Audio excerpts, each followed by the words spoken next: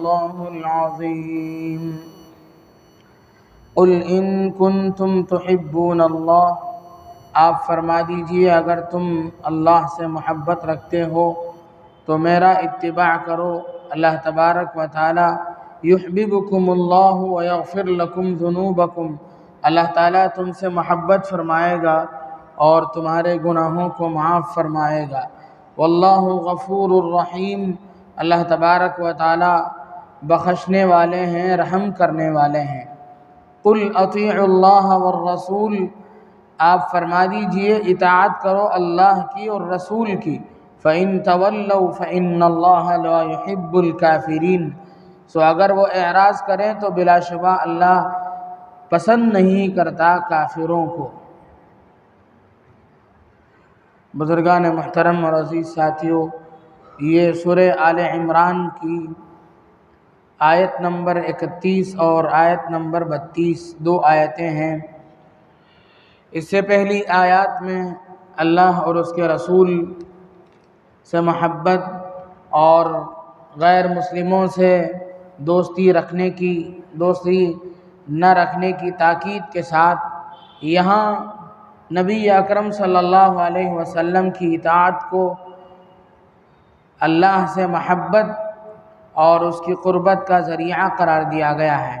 فرماتے ہیں قل ان کنتم تحبون اللہ، اے نبی صلی اللہ علیہ وسلم آپ کہہ دیجئے کہ تم لوگ اگر اللہ سے محبت کرتے ہو تو تمہیں میری اتباع کرنی ہوگی، اللہ تبارک و تعالی تم سے محبت فرمائیں گے اور تمہارے گناہوں کو معاف فرمائیں گے۔ اور آگے فرمایا آپ کہہ دیجئے اللہ اور اس کے رسول کی اطاعت کرو، اور اگر اللہ اور اس کے رسول کی اطاعت سے روگردانی کرو گے، اللہ اور اس کے رسول کی اطاعت کو چھوڑ دو گے تو پھر تمہارا شمار مسلمانوں میں سے نہیں ہوگا بلکہ تم کافر ٹھہرو گے، اور اللہ تبارک و تعالیٰ کافروں کو پسند نہیں کرتے ہیں۔ اللہ کے نبی صلی اللہ علیہ وسلم شریعت میں، مذہب اسلام میں دو شخصیات ہیں اور دونوں مقصود ہیں، اللہ اور اس کا رسول۔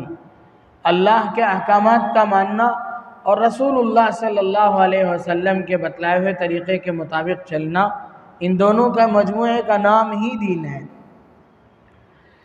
اللہ کے نبی صلی اللہ علیہ وسلم سے محبت کا ہم لوگ دعویٰ تو کر لیتے ہیں کہ ہمیں اللہ کے نبی صلی اللہ علیہ وسلم سے محبت ہے، لیکن نبی علیہ السلام کی اطاعت میں ہم آگے پیش نظر نہیں آتے ہیں۔ جس طریقے سے نبی کی اطاعت ہونی چاہیے اس طریقے سے اطاعت نہیں ہوتی ہے ہماری طرف سے۔ اس سلسلے میں دو باتیں ہیں، ایک یہ ہے کہ ایک فرقہ ایسا ہے جو نبی علیہ السلام کو مانتا ہی نہیں ہے۔ شریعت میں وہ یہ کہتا ہے کہ حسبنا کتاب اللہ، ہمیں اللہ کی کتاب کافی ہے۔ نبی کی حیثیت وہ لوگ کہتے ہیں نبی کی حیثیت ایک پوسٹ مین کی ہے، جس طریقے سے کسی نے خط بھیجا ہو کسی کی طرف تو مرسل یعنی خط بھیجنے والے کی طرف سے مرسل الیہ جس کی طرف خط بھیجا گیا ہے اس تک اس خط کا پہنچانا خط ڈاکیے کا کام ہوتا ہے۔ اللہ کی کتاب قرآن کریم ہے، یہ اللہ کی طرف سے بندوں کو پہنچانے کا اللہ نے حکم دیا، نبی کو اس کا ذریعہ بنایا۔ نبی کی حیثیت ایک ڈاکیے کی سی ہے، ایک پوسٹ مین کی سی ہے، بس اللہ نے ان پر قرآن اتاری، ان کی ذمہ داری بس اتنی ہے کہ وہ امت کو قرآن پہنچائیں اور پھر وہ درمیان سے ان کا حصہ ختم ہے۔ نبی مقصود نہیں ہے شریعت میں، یہ ان کا کہنا ہے۔ اس فرقے کو منکرین حدیث کہتے ہیں، حدیث کا انکار کرنے والے۔ اس فتنے کو انکار حدیث کہتے ہیں اور اس فتنے کے جو کارکن ہوتے ہیں ان کو منکرین حدیث کہتے ہیں۔ یہ لوگ حدیث کا انکار کرتے ہیں اور نبی علیہ السلام کو بے حیثیت قرار دیتے ہیں۔ دنیا میں یہ فتنہ بھی بہت پھیلا اور آج بھی کسی نہ کسی درجے میں فتنہ موجود ہے۔ ان لوگوں کا کہنا یہ ہے کہ احادیث کی تدوین، احادیث کی جو ترتیب ہوئی تھی وہ نبی علیہ الصلوۃ والسلام کی اس دنیا سے جانے کے 200 سال بعد ہوئی تھی۔ یہ دوسرا اعتراض ان کا یہ تھا کہ نبی علیہ الصلوۃ والسلام کے احادیث میں سے ایک حدیث دوسرے حدیث کے معارض ہے، اور وہ لوگ یہ بھی کہتے ہیں کہ بہت ساری حدیثیں قرآن کے معارض ہیں، قرآنی آیات کے خلاف ہیں۔ حالانکہ یہ ان کا خیال ہے یہ سب چیزیں بیکار ہیں، اور درمیان کے جو لوگ ہیں جسے ہم تک حدیث پہنچنے میں، حدیث کی جو کتابیں لکھی گئی ہیں ان کتابوں تک پہنچنے میں جو راوی روایت کرنے والے ہیں ان کے اعتبار سے بھی ان کا اعتراض یہ ہے کہ ان لوگوں میں بھی کئی باتیں ہو سکتی ہیں، بہت سارے گڑبڑ ان کے ہو سکتے ہیں، اس لیے قرآن کے برابر حدیث کو کیا قرار دینا یہ سمجھ میں نہیں آتا ہے۔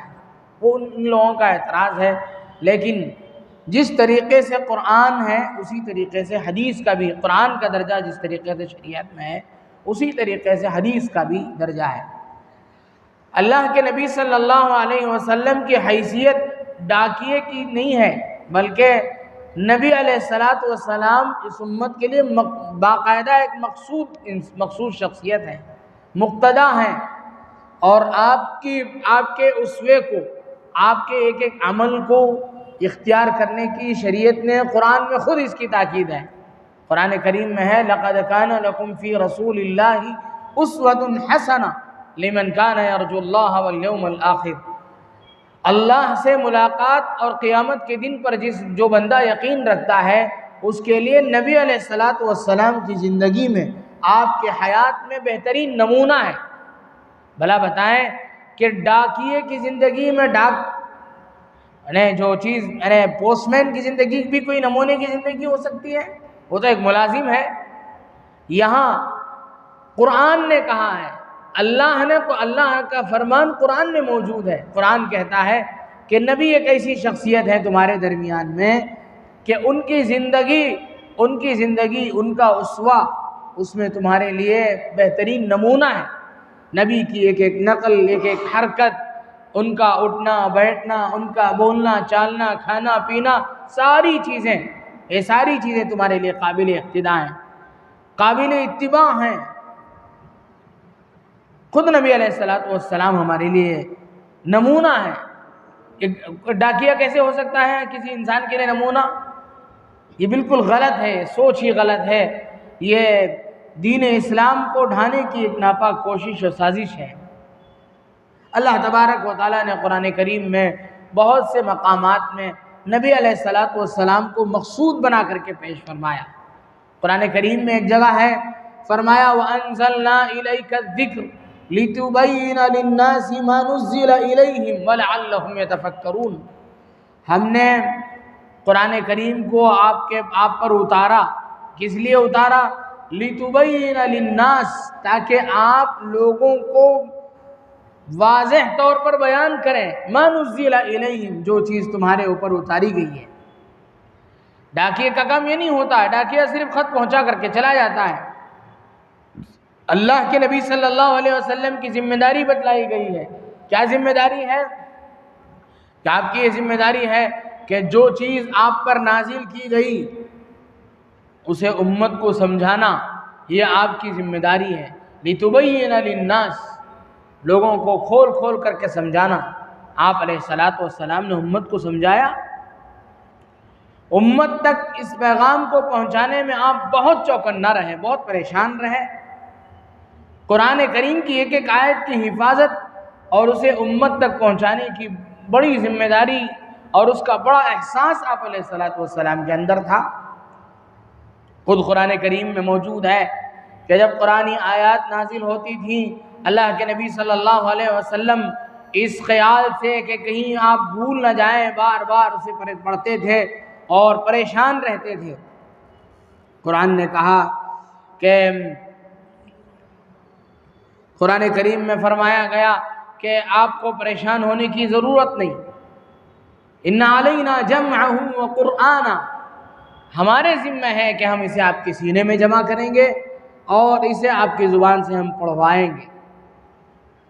ثم ان علینا بیانہ، پھر اسے واضح طور پر صاف صاف اس کے مطلبوں کو امت کے سامنے بیان کرنا، یہ بھی ہماری ذمہ داری ہے، اللہ نے ذمہ داری لی. تو یہ کہنا کہ نبی علیہ السلام کی حیثیت کچھ بھی نہیں ہے شریعت میں، غلط ہے بالکل. تو ایک حیثیت یہ فرمائی گئی کہ آپ پر جو قرآن نازل ہوئی اس کے شارح ہیں، اس کو کھول کر کے بیان کرنے کی ذمہ داری آپ کو دی گئی ہے. دوسری جگہ ارشاد فرمایا انا انزلنا الیک الکتاب بالحق لتحکم بین الناس بما اراک اللہ. اللہ تبارک و تعالیٰ نے آپ پر قرآن کریم کو نازل فرمایا اس لیے تاکہ آپ لوگوں کے درمیان میں اللہ نے جو چیزیں آپ کو سمجھائی ہیں اس کے مطابق آپ لوگوں کے درمیان میں فیصلہ کریں. تو قرآن کریم کی تعلیمات کے مطابق فیصلہ کرنا اور احکامات کا نافذ کرنا یہ بھی نبی کی ذمہ داری اس آیت میں قرار دی گئی ہے. نبی کی ذمہ داری صرف آیات قرآنیہ کو امت کے حوالے کر کے چلے جانا نہیں ہے، اس کو واضح کر کے بیان کرنا بھی ہے، اس میں جو احکامات ہیں اس کا نفاذ بھی ہے، اسے نافذ کرنا بھی ہے، اسے عمل میں لا کر کے چلانا بھی ہے، اس کے مطابق امت میں فیصلے کرنا بھی ہے. اور آگے فرمایا یحل لهم الطیبات ویحرم علیہم الخبائث. نبی علیہ السلام کی صفت کو بیان کرتے ہوئے فرمایا کہ نبی علیہ السلام ان کے لیے پاک چیزوں کو حلال قرار دیتے ہیں، حلال کرتے ہیں، اور گندی چیزوں کو حرام قرار دیتے ہیں. یعنی امت کو یہ بتلانا کہ کیا چیز حلال ہے اور کیا چیز حرام ہے، یہ بھی نبی کی ذمہ داری ہے.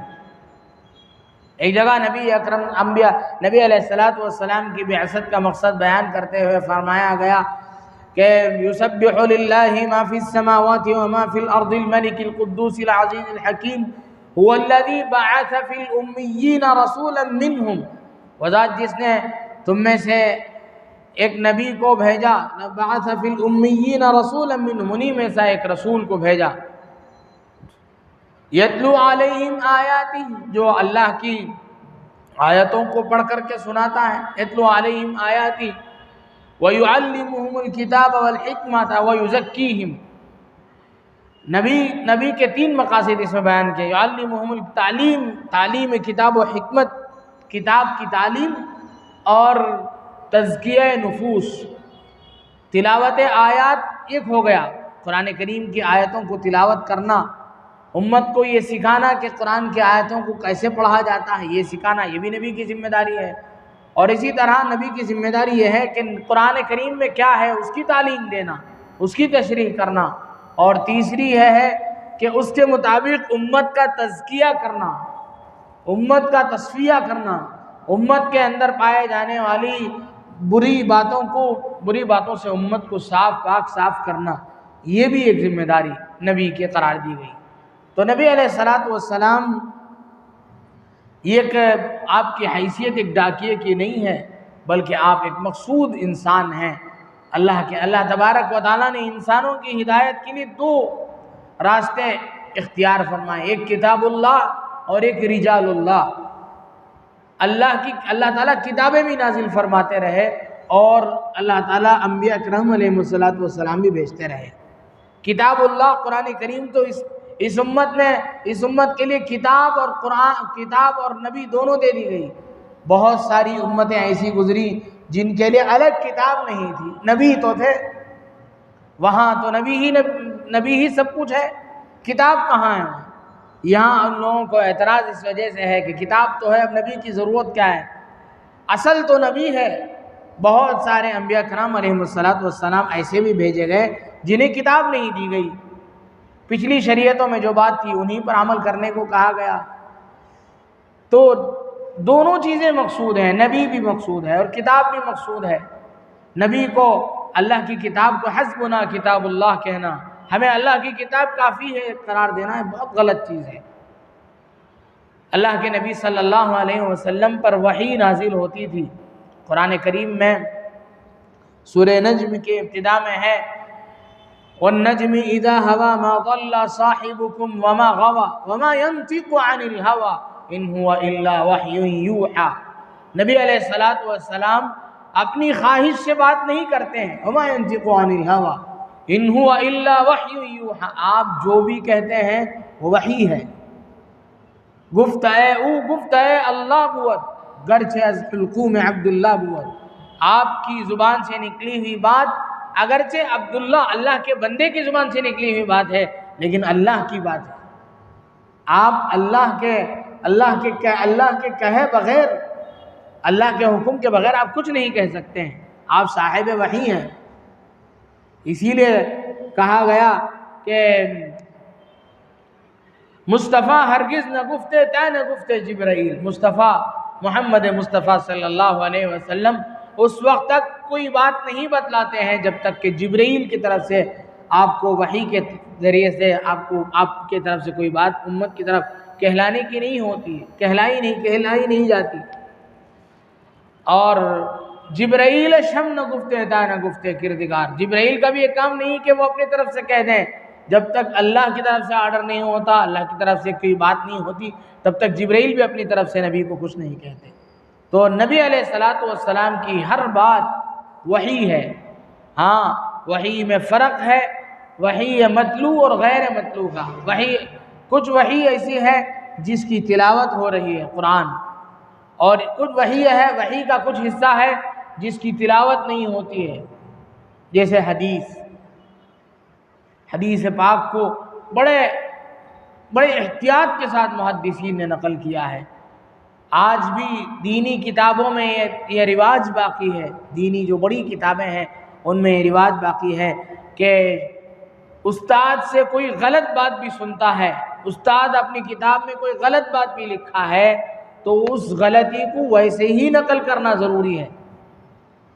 استاد نے کوئی بات غلط لکھ دی کسی کتاب میں، آئندہ چھاپنے والے کو، آئندہ ان کے شاگردوں کی اس بات کی اجازت نہیں ہے کہ اسے صحیح کر دیں، بلکہ اس کو اسی غلطی کے ساتھ لکھیں گے اور سائڈ میں جو حاشیہ ہوتا ہے کتاب کے وہاں اس کی وضاحت کریں گے کہ ہاں استاد نے اس طریقے سے، اس استاد سے چوک ہوئی ہے، اصل ایسا ہونا چاہیے۔ اصل کتاب کو بدلنے کی اجازت نہیں ہے۔ ہم لوگ کیا حدیث کو بدلیں گے؟ حدیث کے سلسلے میں محدثین نے بہت احتیاط کی ہے۔ جب تک کوئی حدیث قبول نہیں کرتے تھے جب تک اس کی سند معلوم نہیں ہو جاتی تھی۔ حضرات محدثین نے بڑی احتیاط اس سلسلے میں برتی ہیں، اور ایک راوی کا ریکارڈ قائم کر دی، جو فن اسماء الرجال جسے کہتے ہیں، یعنی نبی علیہ السلام کے بعد حضرات صحابہ کرام کے بعد سے لے کر کے محدثین تک، یہ جو حدیث کی جو کتابیں ہیں، بڑی کتابیں جو لکھی گئی ہیں، محدثین نے جو لکھی ہیں، ان تک پہنچنے میں جتنے راوی ہیں ان کی جب تک تحقیق نہیں ہو جاتی، انہوں نے کبھی کوئی غلط بات، کبھی کوئی جھوٹی بات اپنے علاقے میں کہہ دی ہو، ان کے بارے میں یہ گمان ہو گیا ہو کہ انہوں نے کسی وقت جھوٹ بولا ہے، تو ان راوی کی حدیث میں، اس راوی کی حدیث میں فرق آ جاتا ہے۔ محدثین ان کے سلسلے میں بہت سخت جملہ کہتے ہیں، ان کو کہتے ہیں کذاب، جھوٹا، جبکہ وہ جھوٹا نہیں ہوتا ہے، کبھی ان سے کوئی جھوٹ صادر ہو گیا ہوگا، وہ تہجد گزار ہوگا، وہ اللہ کا نیک بندہ ہوگا، وہ عامل بالسنہ ہوگا، سنتوں پر عمل کرنے والا ہوگا، سب کچھ ہوگا، لیکن ان کی حدیث میں محدثین کا احتیاط کا یہ درجہ ہے، یا یہ طرز ہے کہ وہ چھوٹی غلطی کرنے والوں کی حدیث کو بھی نہیں لیتے تھے، اتنا احتیاط برتتے تھے حدیث کے مسئلے میں۔ تو آج کل یہ جو فتنہ ہے انکار حدیث کا، حدیث کو چھوڑ دینے کا، اور نبی علیہ السلام کی شخصیت کو مجروح قرار دینے کا، یہ بہت ہی غلط ہے۔ نبی علیہ السلام مستقل مقصود ہیں مذہب اسلام میں۔ ایک تو چیپٹر یہ ہو گیا۔ دوسرا چیپٹر اس میں یہ ہے کہ بہت سارے لوگ نبی علیہ السلام سے محبت کے دعوے دار ہیں، بہت سے لوگ حب نبی کی محبت کے دعوے کرتے ہیں، نبی کی محبت میں سال میں ایک مرتبہ جشن بھی منا لیتے ہیں عید میلاد النبی کے نام پر، نبی کے محب رسول اور محب آل بیت کے دعوے تو بہت کر لیتے ہیں، لیکن نبی کی اطاعت ان کے اندر نہیں ہوتی، ان کا چہرہ نبی کی تعلیمات کے مطابق نہیں، ان کا لباس نبی کی تعلیمات کے مطابق نہیں، ان کی زندگی نبی کی تعلیمات کے مطابق نہیں، یہ غلط ہے۔ نبی سے محبت کا مطلب یہ ہے کہ ہم نبی کی اطاعت کریں۔ اصل محبت کا معیار یہ ہے، تعصی الرسول وانت تظہر حبہ ھذا لعمری فی الفعال بدیع۔ عربی کا شاعر کہتا ہے کہ تو رسول کی نافرمانی کرتا ہے اور اس کے ساتھ ساتھ تو اس بات کا دعویٰ کرتا ہے کہ نبی سے تجھے محبت ہے، یہ عجیب انداز ہے تیرا۔ رسول سے محبت کا بھی ایک طرف دعویٰ ہے اور ایک طرف ان کی نافرمانی بھی ہے، ایک ایسا دعویٰ ہے تیرا۔ لو انک صادقا فی الحب لاطعتہ، اگر تو محبت کے اپنے دعوے محبت میں سچا ہے تو اس کا مقتضا یہ ہے، اس کا تقاضا یہ ہے کہ تو اللہ کے نبی کی اطاعت کر۔ فإن المحب لمن يحب يطيع، اس لیے کہ جو جس سے محبت کرتا ہے وہ اس کی اطاعت بھی کرتا ہے۔ ہم میں سے کوئی اپنے والدین سے محبت کا دعویٰ تو کر رہے لیکن والدین کا خیال نہ رکھے، اسے والدین سے محبت کرنے والا نہیں قرار دیا جائے گا۔ ایک تو کہتا پھرے کہ مجھے ماں باپ سے بڑی محبت ہے، لیکن ماں باپ کا کوئی خیال نہیں ہے، ماں باپ کی بات نہیں مانتا ہے، دعویٰ صرف اتنا ہے کہ میں ماں باپ کا بڑا محبت، ماں باپ سے مجھے بہت پیار ہے، بہت محبت ہے، ایک ایسا دعویٰ ہے۔ تو اصل چیز اطاعت ہے۔ یہ دو چیزیں ہیں، ایک رسول کی ذات اور ایک رسول کی بات۔ ہم صرف ذات رسول پر اپنے آپ کو قربان کر لینا چاہتے ہیں، یہ بہت سستا ہے۔ صرف رسول سے محبت کے دعوے کر لیں، بہت سستا کام ہے، آسان کام ہے۔ جب سنت پر عمل بھی سنت کی بات آتی ہے تو تب جان جاتی ہے۔ اصل تو سنت پر عمل ہے، نبی علیہ السلام کی باتوں پر عمل ہے، یہ اصل ہے۔ تو ہمیں اپنے محبت میں اسی وقت ہمیں کامل اور مکمل سمجھا جائے گا جب ہم اللہ کے نبی صلی اللہ علیہ وسلم کی محبت کے ساتھ۔ تو حضرات صحابہ کرام کے بارے میں میں کہہ رہا تھا کہ ایک چیز ہے رسول کی ذات اور ایک ہے رسول کی بات۔ حضرات صحابہ کرام کے ہاں ان دونوں چیزوں کا اہتمام تھا۔ رسول کی ذات سے بھی محبت تھی، آپ کی شخصیت سے بھی صحابہ کو محبت تھی، آپ کو دیکھے بغیر صحابہ سے رہا نہیں جاتا تھا۔ کوئی باہر کا کسی دوسرے دربار کا ایک درباری آیا، قاصد بن کر کے آیا یہاں نبی علیہ السلام کے دربار میں، دشمنوں نے اسے بھیجا کچھ کہنے کے لیے، اس نے دیکھا کہ حضرات صحابہ کرام آپ سے بے پناہ محبت کرتے ہیں، آپ وضو کر رہے ہیں، وضو کا پانی نیچے گرنے نہیں دے رہے ہیں، آپ کلی کر رہے ہیں، آپ کے منہ سے نکلے ہوئے پانی کو لے کر کے چہرے میں مل رہے ہیں۔ حضرات صحابہ کرام کی دیوانگی تھی، یہ ذات رسول سے محبت اور رسول کی بات سے محبت، وہ بھی بے انتہا محبت۔ حضرت عبداللہ ابن عمر رضی اللہ عنہما کے بارے میں آتا ہے کہ ایک مرتبہ آپ خطبے جمعے کا بیان کر رہے تھے، خطبہ دے رہے تھے، آپ نے دیکھا کہ لوگ بھاگے بھاگے آ رہے ہیں، مسجد میں تنگی ہے، سب لوگ مسجد میں ہی داخل ہونا چاہتے ہیں، آپ نے کہا جو جہاں ہے وہیں بیٹھ جا۔ راستے سے ادھر سے پار ہو کر کے حضرت عبداللہ ابن عمر آ رہے تھے، نبی علیہ السلام کی بات جیسے ہی پڑھی اسی وقت وہیں بیٹھ گئے۔ لوگوں نے پوچھا نبی علیہ السلام کا مقصود تو یہ نہیں کہ آپ وہاں بیٹھ جائیں، انہوں نے کہا کہ نبی کی بات میرے کان میں پڑے کہ بیٹھ جاؤ، پھر میں اس کے سن کر کے آگے بڑھ جاؤں، میرے اندر اس کی طاقت ہی نہیں ہے۔ حضرات صحابہ کرام نبی علیہ السلام کی ذات کے بھی دیوانے تھے اور آپ کی بات کے بھی دیوانے تھے۔ ہمیں بھی ایسا ہونا چاہیے حضرات صحابہ کرام کی طرح، ہم ذات رسول ہی سے محبت کے دعوے کرتے نہ رہ جائیں بلکہ رسول اللہ کی باتوں پر بھی عمل کرنے والے ہوں۔ یہ اصل محبت کی دلیل ہے اور یہی محبت کامل محبت کی نشانی ہے۔ دعا ہے کہ اللہ تبارک و تعالی جو باتیں ان آیات کی ذیل میں کہیں کہنے والے کو بھی سننے والوں کو بھی عمل کی توفیق نصیب فرمائے. آمین. وآخر دعوانا الحمدللہ رب العالمین. الحمدللہ رب العالمین.